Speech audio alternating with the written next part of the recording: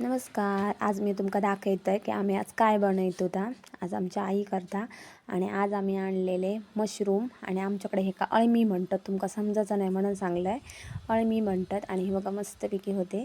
विकत अशीच असतात, आमच्याकडची कशी फुलतात वगैरे. नंतर एवढ्यात नाही, ती पावसात असतात.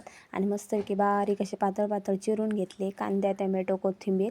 हे का जास्त खोबरं बिबरं व्हाय तर घालायचं. खोबऱ्यामध्ये जास्त टेस्ट लागणार नाही. तेल घातला, कांदो बुतूर टाकलो आणि मस्तपैकी कांदो परतून घ्यायचो तेलात. मस्तपैकी भाजून घ्यायचो. आणि हे आमचे गावठी कांदे आहेत, त्याच्यामुळे जास्त ते कसे नरम असतात ना, त्याच्यामुळे जास्त काही अशी भाजूची गरज नाही.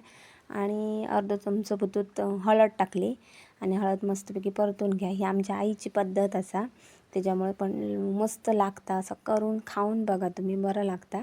आणि त्याच्यानंतर तेलात हळद आणि कांदो भाजल्यानंतर हे बघा बुतूत मसाला टाकले आणि तो पण परतून घेतले. आणि त्याच्यानंतर टमॅटो टाकले आणि तो मस्तपैकी एक जीव करण्यासाठी तो सगळा असा भाजून घेतले सगळा. आणि चवीनुसार मीठ टाकले आणि ह्या तेलात बरा सगळा मिक्स केले मीठ घातल्यानंतर.